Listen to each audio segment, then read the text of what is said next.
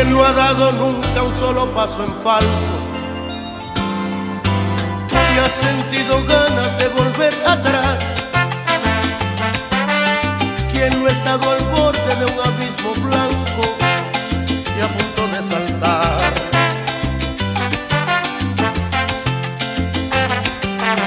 ¿Quién va a declararse libre de pecado, de no haber causado nunca ningún mal? ¿Quién a medianoche no se ha despertado con ganas de empezar sin querer a llorar? Yo también cometí tantos errores, tantas veces he tenido que